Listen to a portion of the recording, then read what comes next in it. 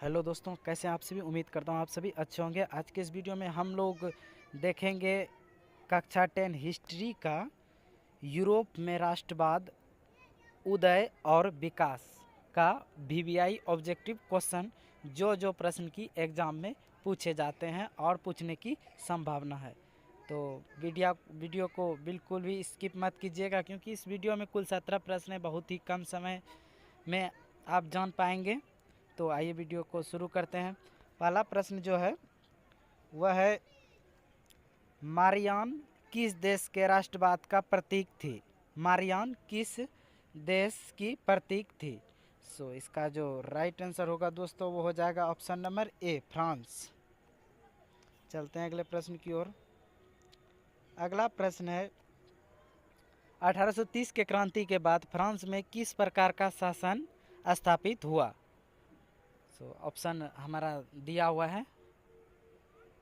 इसका जो right answer हो जाएगा वो हो जाएगा ऑप्शन नंबर ए, निरंकुश राजतंत्र।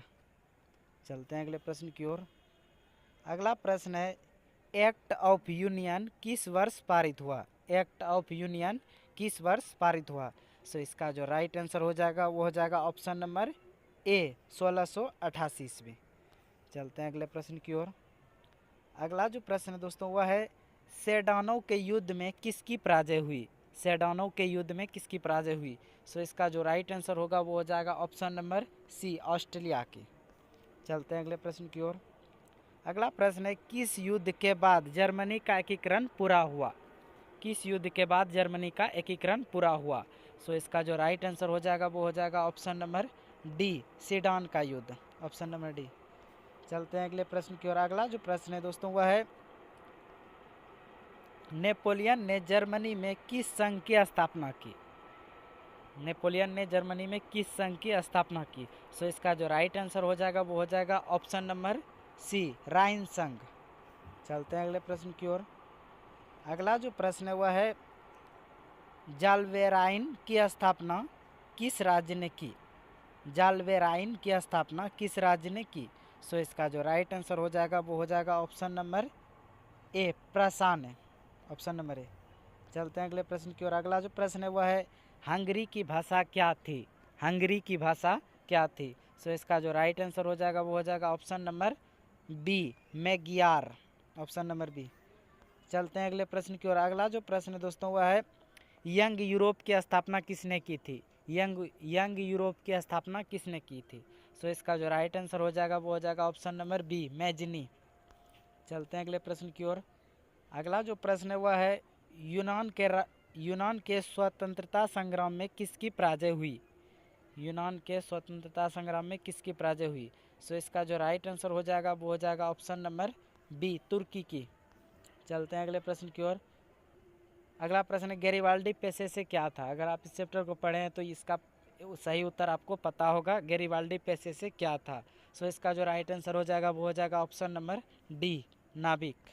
चलते हैं अगले प्रश्न की ओर। अगला प्रश्न है, काउंट काबूर को विक्टोरिया इमैनुअल ने किस पद पर नियुक्त किया।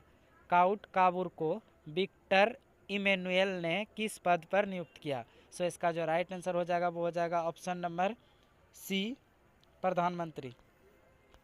चलते हैं अगले प्रश्न की ओर। अगला जो प्रश्न है वह रक्त एवं लोह की नीति का अवलंबन किसने किया था। रक्त एवं लोह की नीति का अवलंबन किसने किया था। इसका जो राइट आंसर हो जाएगा वो हो जाएगा ऑप्शन नंबर सी, बिस्मार्क। चलते हैं अगले प्रश्न की ओर। अगला प्रश्न है, वियना कांग्रेस के द्वारा फ्रांस में किस शासन वंश की स्थापना की गई थी। वियना कांग्रेस के द्वारा फ्रांस में किस शासक वंश की स्थापना की गई थी। इसका जो राइट आंसर हो जाएगा वो हो जाएगा ऑप्शन नंबर सी, हो जाएगा बूबो वंश। चलते हैं अगले प्रश्न की ओर। अगला प्रश्न है, जर्मन राइन राज्य का निर्माण किसने किया था। जर्मन राइन राज्य का निर्माण किसने किया था। इसका जो राइट आंसर हो जाएगा दोस्तों वो हो जाएगा option number B, Napoleon Bonaparte. चलते हैं अगले प्रश्न की ओर। अगला जो प्रश्न है दोस्तों वह है, यूरोप वासियों के लिए किस देश का साहित्य एवं ज्ञान विज्ञान प्रेरणा स्रोत रहा। यूरोप वासियों के लिए किस देश का साहित्य एवं ज्ञान विज्ञान प्रेरणा स्रोत रहा। इसका जो राइट आंसर हो जाएगा वो हो जाएगा ऑप्शन नंबर बी, यूनान। तो यह हमारा 17वां प्रश्न जो इस वीडियो का लास्ट प्रश्न है। इटली एवं जर्मनी वर्तमान में किस महादेश के अंतर्गत आते हैं? इटली एवं जर्मनी वर्तमान में किस महादेश के अंतर्गत आते हैं? सो इसका जो राइट आंसर हो जाएगा वो हो जाएगा ऑप्शन नंबर सी, यूरोप।